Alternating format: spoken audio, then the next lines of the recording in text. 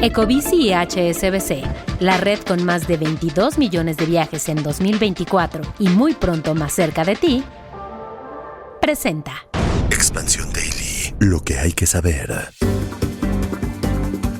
Joaquín Guzmán López se declara culpable en Estados Unidos. Uno de los mayores inversionistas de Wall Street apuesta por Televisa y la Ciudad de México va por exentar a más autos de pagar tenencia en 2026. Es martes 2 de diciembre. Yo soy Mónica Alfaro y esto es Expansión Daily.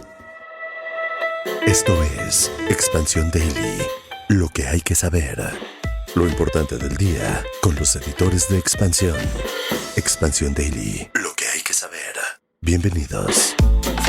Te doy la bienvenida a este episodio de Expansión Daily. Suscríbete y activa las notificaciones de este podcast para que estés muy bien informado. Hoy está conmigo Alberto Zanella, editor adjunto de la revista Expansión. ¿Cómo arrancas el mes, Beto? Pues con bastante frío, mi querida Mónica, pero ya listo para cerrar el año y hoy pues justo amaneciendo con información relacionada con el crimen organizado. Híjole, empezó ruda la semana, Beto, porque Joaquín Guzmán López, hijo de Joaquín Guzmán Loera, tuvo su audiencia en la Corte Federal de Chicago, en Estados Unidos, y se declaró culpable por narcotráfico y crimen organizado ante las autoridades de este país. Ahora será colaborador con esas autoridades, reconociendo que participó en el secuestro y entrega de Ismael El Mayo Zambada. Así es, Mónica, y es que el Mayo fue emboscado en la finca en la que fue asesinado el empresario Héctor Melesio Cuen y luego obligado a subir a un avión privado para llevarlo de Sinaloa a Estados Unidos.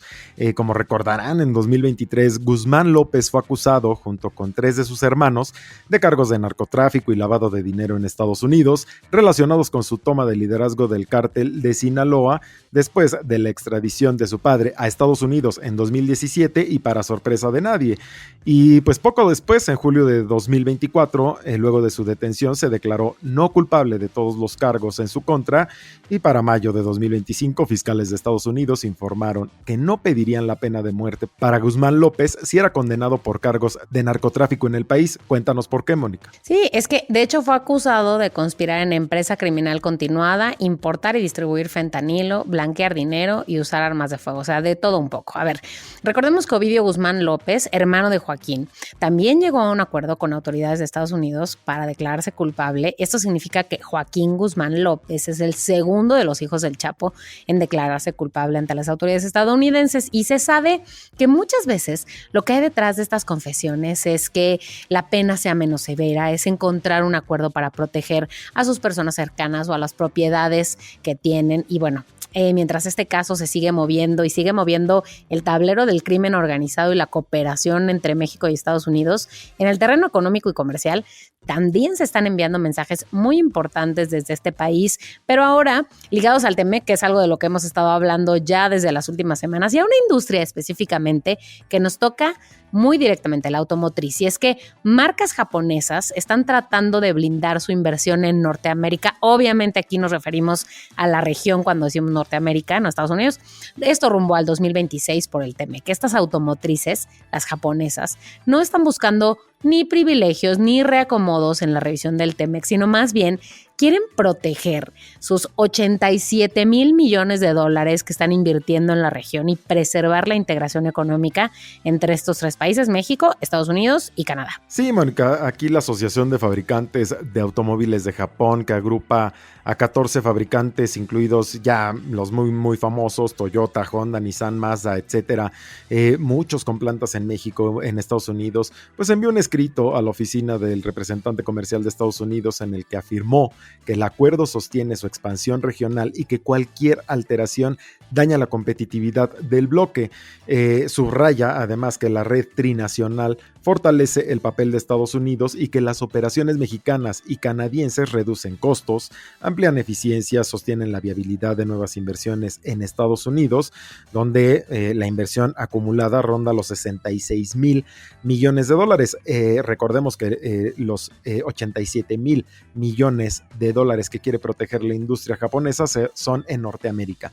¿Esto qué quiere decir? Además que se tienen que proteger no solo las inversiones, Mónica, sino todas las industrias que sirven a la automotriz, es decir, la logística, el transporte por barco, por ferrocarril, los almacenes, estos pagan impuestos, las plantas generan empleos, entonces todo se descompone cuando pues intenta haber este tipo de correcciones o de enmiendas en los tratados comerciales, ¿no? Y a lo mejor habrá alguien que se pregunte, bueno, ¿y a los japoneses qué les importa si este TEMEC tiene que ver con Estados Unidos y Canadá y México? Si ellos además están haciendo, bueno, apuestas, inversiones en Estados Unidos de electrificación. Por ejemplo, Toyota inauguró su planta de baterías en Carolina del Norte. Honda está avanzando en la instalación conjunta con LG Energy Solution en Ohio. Isuzu está construyendo una fábrica de camiones en Carolina del Sur. Pero bueno, para quienes se preguntan entonces, ¿qué demonios con el resto de la región si todas estas inversiones son en Estados Unidos? Bueno, ahorita, pero tienen inversiones en el resto de la región. Además, recordemos que lo que se busca es tener certidumbre en la cadena regional para proteger sus inversiones que hoy están siendo en Estados Unidos, pero que antes han sido pues en México o en Canadá, ¿no? Y por otra parte, están no solo las automotrices japonesas, sino también otros grupos que han estado levantando la mano pidiendo, ahora sí que un respeto por el TEMEC, ¿cierto? Correcto, Mónica. Hay marcas agrupadas en la Asociación de Distribuidores de Marcas Internacionales en Estados Unidos que también enviaron sus comentarios a la oficina del representante comercial y recalcaron que la integración con México y Canadá es esencial para mantener los precios de los vehículos bajo control y evitar una crisis de asequibilidad que ya presiona a millones de familias. ¿Y esto por qué? Porque nos encanta dar cifras en este daily, pues porque la advertencia llega con datos que retratan el tamaño del problema de los aranceles. Por ponerte un ejemplo, Mónica, y a nuestros podescuchas, el precio promedio de un vehículo nuevo superó los $50,000 por primera vez en septiembre de 2025.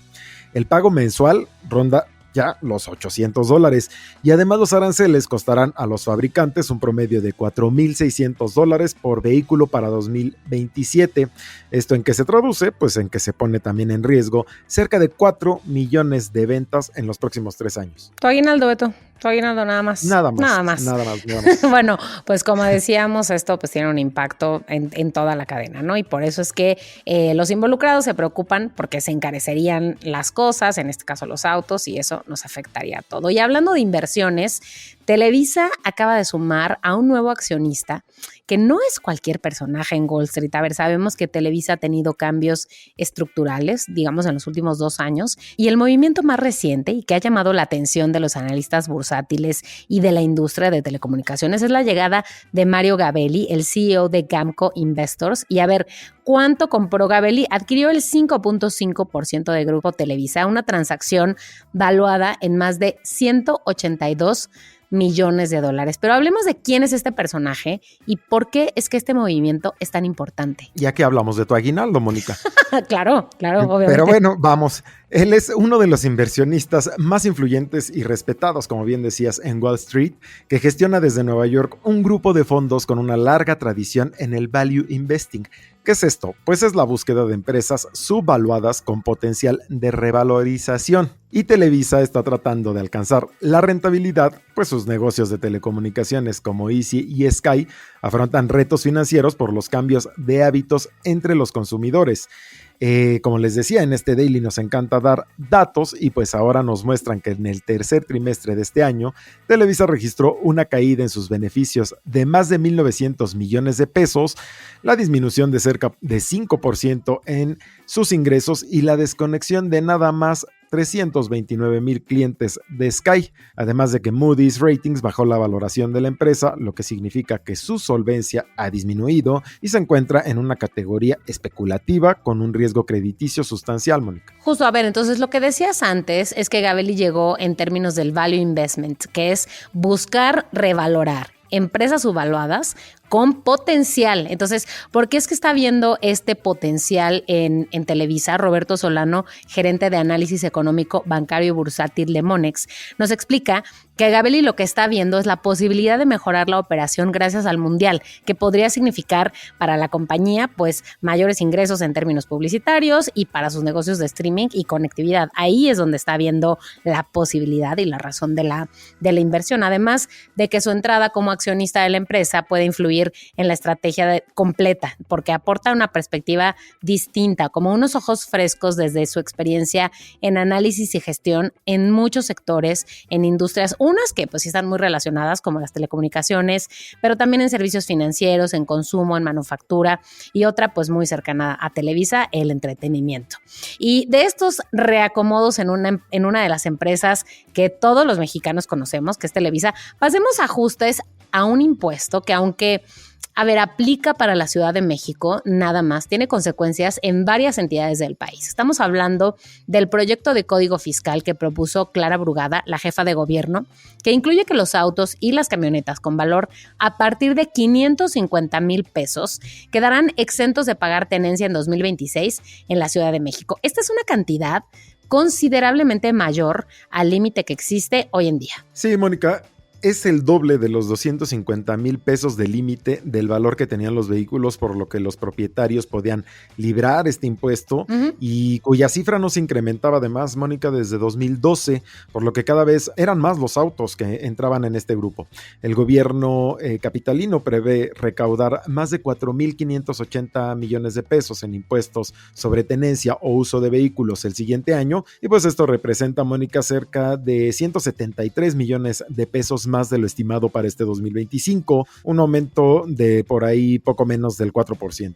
Y para poder recibir este subsidio del 100% sobre la tenencia, las personas físicas y morales van a tener que estar al corriente con el pago de impuesto de tenencias de años anteriores y pagar el refrendo del que sí nadie se libra por la vigencia anual de placas de matrícula, que para este 2026 va a ser de 760 pesos, un monto mucho menor, ¿no? Además, el valor del vehículo, importante esto, incluyendo IVA, no debe exceder los 638,000 pesos. Y bueno, cuando hablamos de motos, ahí sí el monto límite es 250,000 pesos, recordemos, incluyendo IVA.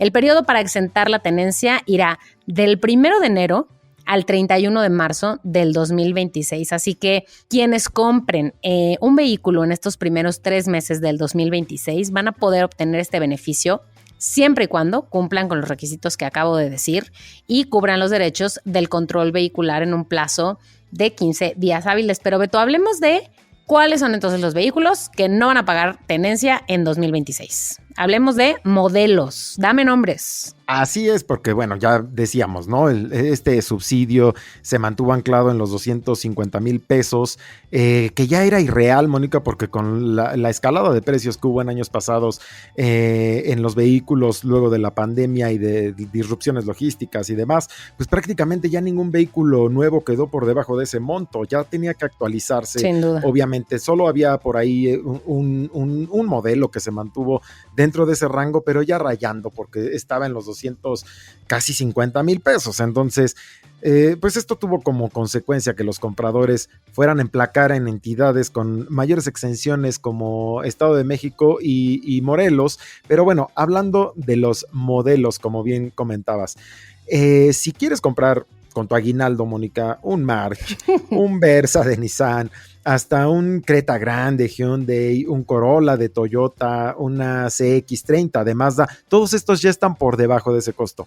Así que si quieren ver la lista completa, pues la tenemos claro que disponible en la nota que dejamos en la descripción de este episodio. Sí, y aquí no vamos a juzgar si está bien o mal, aquí les estamos contando datos, hechos, cifras, si las personas fueron a reemplacar a otros estados o no. Es más, queremos leer sus comentarios en la cajita de comentarios en Spotify y en YouTube.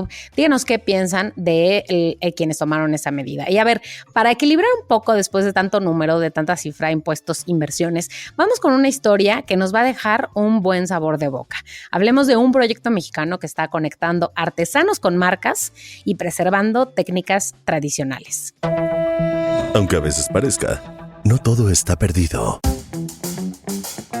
Y estamos hablando de Tux México, un proyecto de Tania Bustamante, una estudiante de Derecho de Guadalajara, quien tomó el sueño de su hermana Mariana cuando ella falleció. Tania estudiaba y trabajaba en una firma de abogados y decidió continuar con el proyecto de su hermana. Es correcto, Mónica, una historia bastante bonita porque pues habla de que en aquel momento, después de la muerte de su hermana, la marca estaba en una etapa muy incipiente, no tenía un modelo de negocio ni de impacto, pero pues todos activos motivó cuando Tania Bustamante lleva este proyecto a una incubadora y conoce a Cintia López en Guadalajara, una diseñadora industrial con una certificación en innovación social. Esto pues ya en 2020 comenzó a convertirse en una empresa que genera oportunidades comerciales éticas para artesanos. Pero ¿qué hace exactamente Tux México, Mónica? Exacto. A ver, Tux México es una compañía enfocada en el comercio justo y en que los artesanos aprendan a costear sus piezas,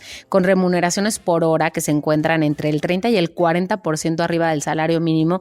Y es que es muy importante porque muchas veces esa es parte fundamental por la cual los ingresos no son suficientes, porque no saben cómo costear estas piezas. Para la empresa ha sido muy importante dar reconocimiento a los artesanos con un espacio en donde ponen a mano su nombre o su firma o su apodo o su huella, lo que sea que ellos quieran con lo que se les identifique, y esto fortalece a las comunidades porque además se les capacita en términos de materiales, de logística, de administración, cosas muy importantes cuando hablamos de artesanías, porque no todo es nada más qué bonito está y cuáles son los materiales, sino la logística y la administración son partes fundamentales de un negocio para que cuando llegue una colaboración ellos puedan tener el pago adecuado. Y el valor adecuado, Mónica, porque hemos tenido desgraciadamente el caso de abusos constantes a los artesanos en nuestro país, incluso por parte de grandes firmas. Entonces, esta iniciativa me parece realmente maravillosa por parte de Tania Bustamante, que dicho sea de paso, forma parte del programa Mentoras Expansión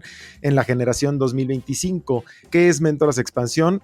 Pues es una iniciativa creada por Puri Lucena, editora de la revista, y por Rosalía Lara, editora de ESG y de Inteligencia en Expansión, que si no la conocen de verdad, vayan a consultar nuestra revista digital de la edición de marzo para que vean en qué consiste este programa de 10 meses de Mentoras Expansión, y que dicho sea de paso, viene también su segunda generación en 2026. Sí, a ver, para cerrar diría que Tux México, pues bueno, se ha encargado de preservar técnicas, de incentivar, esto es muy importante, de incentivar a que nuevas generaciones vean un futuro prometedor en sus lugares de origen, a que las artesanas y los artesanos ganen confianza, tomen decisiones, se animen a explorar estos proyectos en los que su técnica se aplica en distintos formatos. Y por ejemplo, este proyecto es un proyecto enfocado en el segmento B2B, que significa business to business.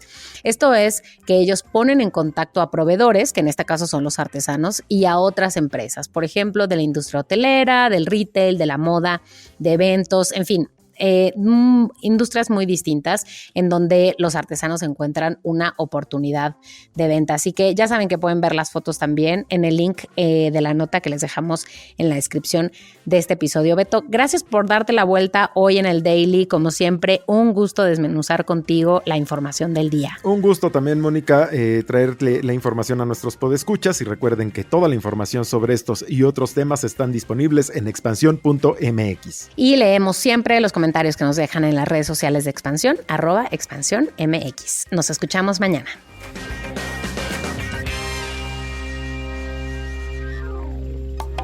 Expansión Daily. Escucha un nuevo episodio lunes a viernes a partir de las 6 de la mañana.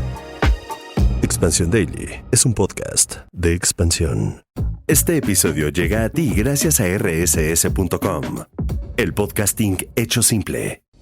Ecobici y HSBC, la red con más de 22 millones de viajes en 2024 y muy pronto más cerca de ti, presentó.